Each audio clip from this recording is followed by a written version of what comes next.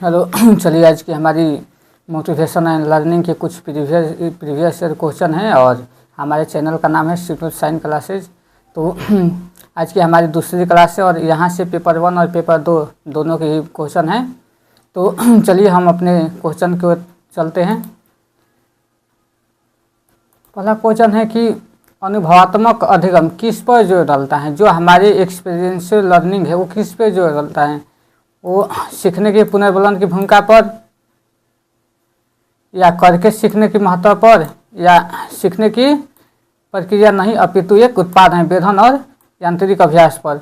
तो हमारी जो सीखने की जो हमारी अनुभव अधिगम किस पर जो चलता है, तो करके सीखने पे जो हमारा एनसीएफ 2005 है वो भी करके सीखने पे बोलता है। तो इसलिए हमारा ऑप्शन नंबर 2 आंसर सही होगा। नेक्स्ट क्वेश्चन देखते हैं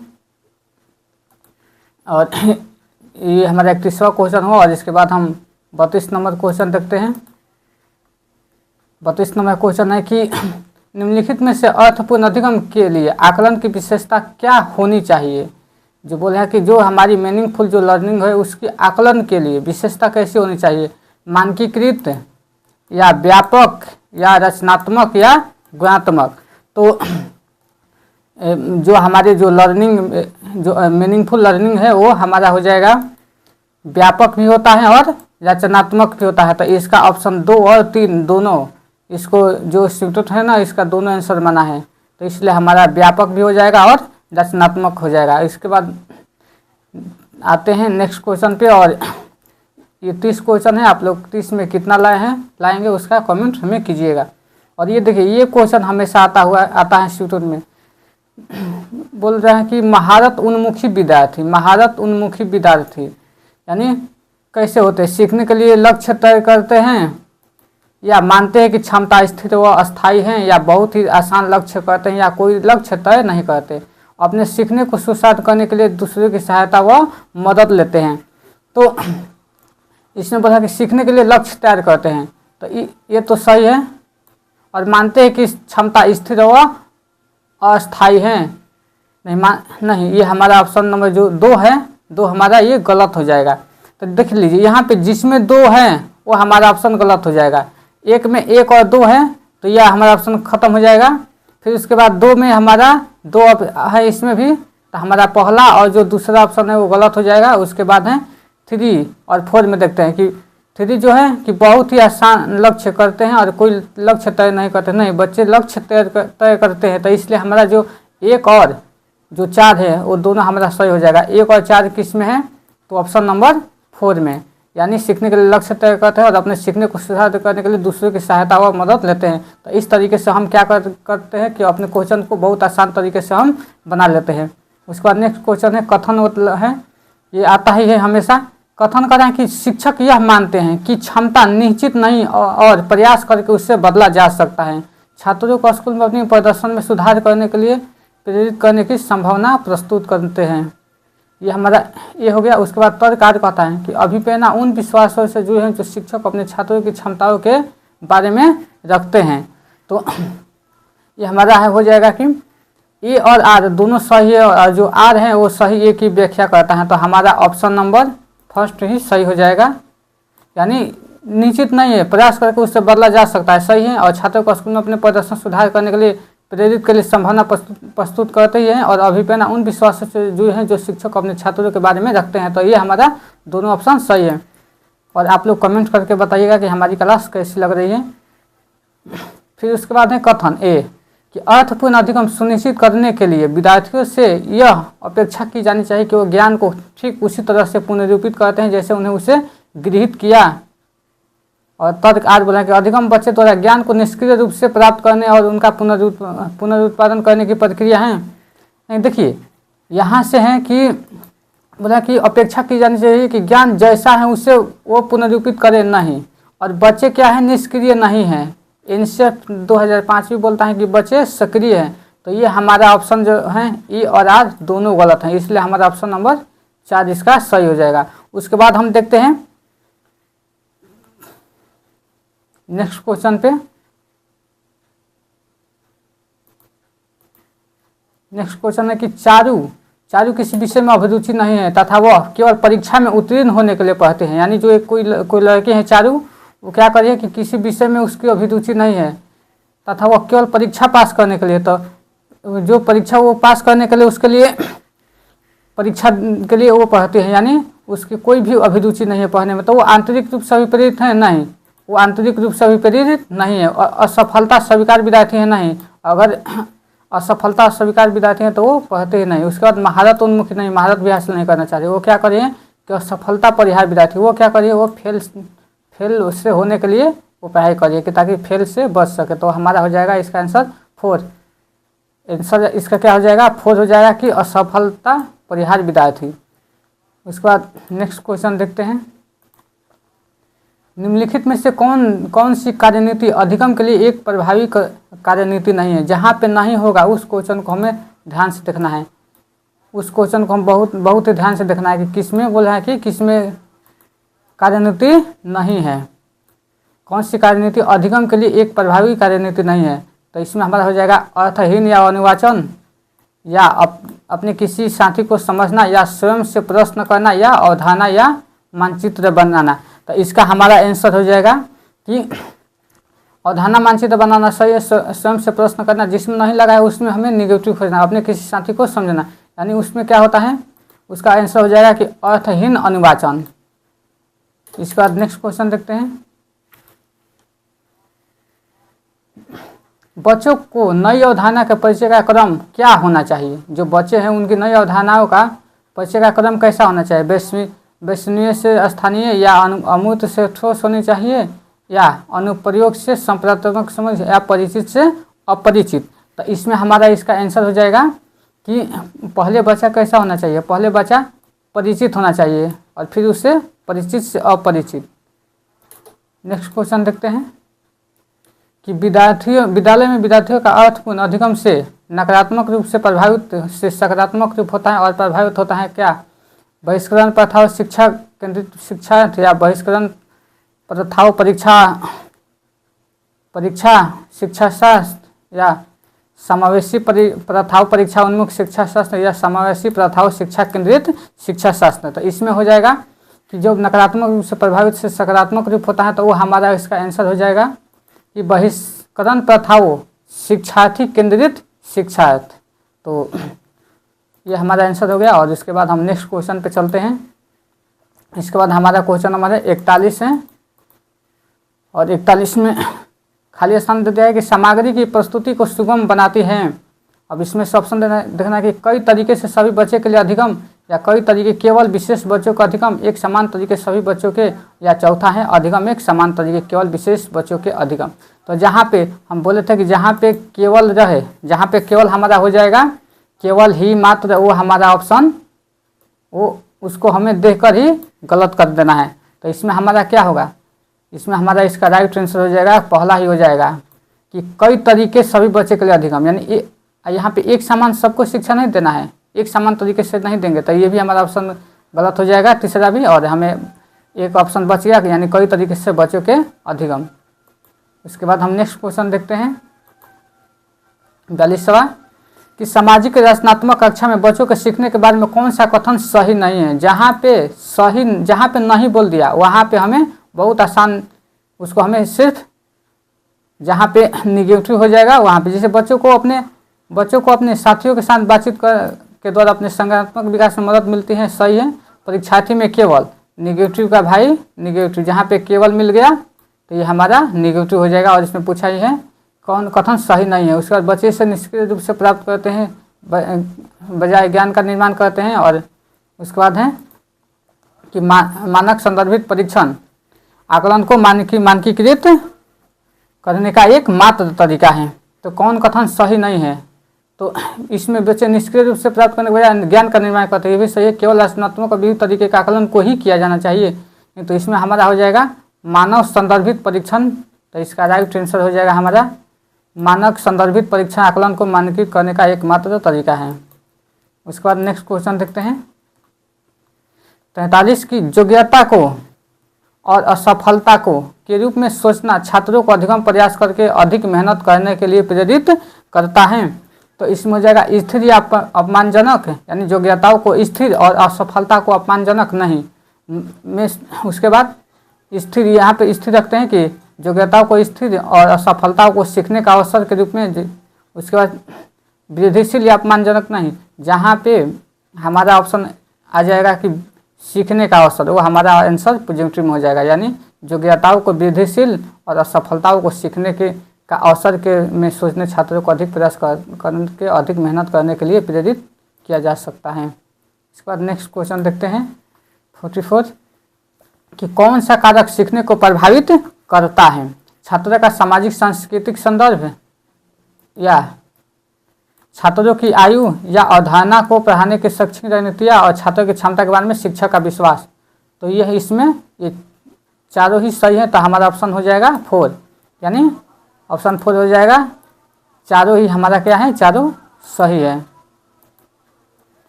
नेक्स्ट क्वेश्चन देखते हैं 45 एक व्यक्ति को अवधारणा उसके सीखने पर एक महत्वपूर्ण प्रभाव डालती है, और कौन सी धारणा सीखने पर सकारात्मक प्रभाव डालेगी। इसमें जन्मजात कोई क्षमताएं मौजूद नहीं है, नहीं, सब में होती है कुछ ना कुछ। शिक्षक हमेशा कठिन प्रश्न बनाते हैं, नहीं। अच्छे या बुरे अंक लाना अपने प्रयास पर निर्भर करता है। भूगोल शास्त्र में कभी भी अच्छे अंक नहीं आए और मेरे प्रयास करने पर भी उसमें अच्छे अंक नहीं आ पाएंगे, तो इसमें हमारा हो जाएगा ऑप्शन नंबर, क्योंकि अच्छे या बुरे अंक लाना अपने प्रयास पर निर्भर करता है, तो हमारा हो जाएगा पॉजिटिव का। ये सब क्या है, ये सब निगेटिव है, तो इसलिए हमारा आंसर सही हो जाएगा 3 हो जाएगा कि अच्छे या बुरे अंक लाना अपने प्रयास पर निर्भर करता है। उसके बाद हम 46 नंबर क्वेश्चन देखते हैं, और आप लोग कमेंट जरूर कीजिएगा कि आपके कितने में कितने सही हुए।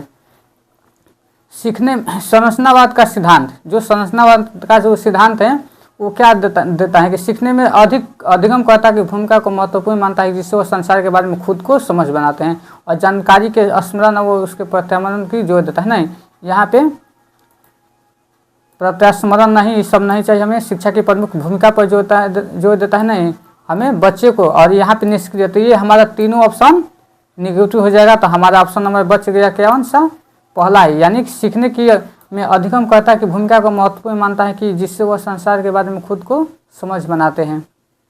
उसके बाद हम 47 पे देखते हैं कि बच्चों की नई अवधारणा से परिचित करवाने का क्या कदम होना चाहिए।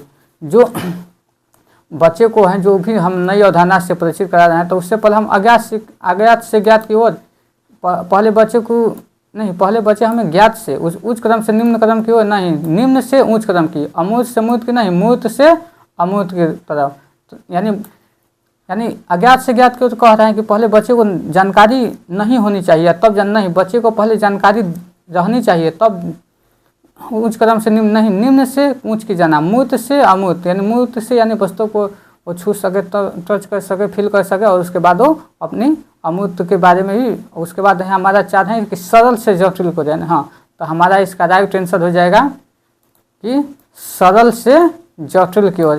इसका आंसर कौन सा हो जाएगा, 4 हो जाएगा, कि बच्चे को पहले सरल चीज़ें आनी चाहिए, और सरल चीज़ें जब आएगी, जब आसान चीज़ें आएगी, तो वो कठिन शब्द भी वो बना लेगा।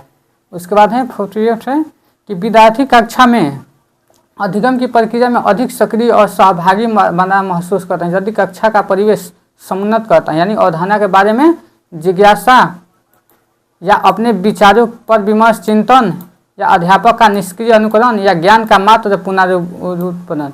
यानी तो इसमें से हम भी देखिए, इसमें से जो पहले निगेटिव है उसको देख लेते हैं, या निष्क्रिय। तो इसमें निष्क्रिय है, तो हमारा ऑप्शन 3 नहीं होगा। जब हमारा 3 नहीं होगा, तो इसमें देखिए, जिसमें अगर 3 है तो वो हमारा क्या हो जाएगा, वो ऑप्शन को हम छांट सकते हैं। तो 3 इसमें है, 4 में है, 3 में है और 2 में है।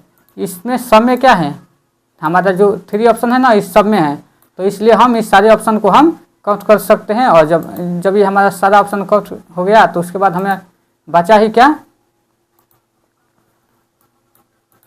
उसके बाद हमारा जो बच गया वो फर्स्ट ऑप्शन ही सही बच गया था। इसलिए हमारा जो इसका राइट आंसर हो जाएगा वो हमारा हो जाएगा कि पहला, यानी अवधारणाओं के बारे में जिज्ञासा और अपने विचार पे विमर्श चिंतन करना। उसके बाद हम नेक्स्ट क्वेश्चन देखते हैं कि अधिगम की गति, जो हमारा 49वां है कि जो हमारी अधिगम की जो गति है वो कैसी होनी चाहिए। पूरी तरह व्यक्तिगत कारकों पर निर्भर होनी चाहिए या पूरी तरह वातावरणीय पर निर्भर, या व्यक्तिगत और वातावरणीय कार्य दोनों से स्वतंत्र, या व्यक्तिगत और वातावरणीय कार्यों की परस्पर क्रिया पर निर्भर। तो इसका जो हमारा आंसर हो जाएगा, पूरी तरह से व्यक्तिगत कारकों पर निर्भर नहीं होना चाहिए, पूरी तरह से वातावरणीय होना चाहिए, और दोनों से स्वतंत्र नहीं, दोनों से जुड़े रहना चाहिए। तो हमारा ये तीनों ऑप्शन खत्म हो चुका। तो हमारे पास एक ही ऑप्शन बचा कि व्यक्तिगत और वातावरणीय कारकों की परस्पर क्रिया यानी एक दूसरे की से परस्पर यानी एक दूसरे से संबंधित होने चाहिए। तो हमारा इसका आंसर हो जाएगा 4। उसके बाद हम देखते हैं 50 क्वेश्चन देखते हैं कि जो मेधावी छात्र होते हैं वो विशेषकर नई अवधारणा को सीखने में अधिक समय लगाते हैं। नहीं, जब वो बच्चा जो भी कोई भी बच्चा है मेधावी है तो वो बहुत कम समय लगाएगा, और अधिगम का स्थायित्व में कठिनाई का अनुभव करते हैं। नहीं, वो कठिनाई का भी अनुभव नहीं करते हैं। उसके बाद है कि उप अवधारणाओं के मध्य संबंधों को नहीं खोज पाते हैं, और उच्च स्तरीय समाधान यानी जो उच्च स्तरीय समस्या समाधान कौशल है। तो इसमें देखिए, इसमें भी हमारा ये 3 क्वेश्चन है जो कि निगेटिव की तरफ ले गया। तो हमारे पास ऑप्शन बच गया 4, यानी ये क्या है, उच्च स्तरीय, यानी जो भी मेधावी विद्यार्थी हैं जो वो क्या करते हैं कि उच्च स्तरीय समस्या समाधान कौशल को वो सीख लेते हैं। उसके बाद हम नेक्स्ट क्वेश्चन पे चलते हैं 51 पर।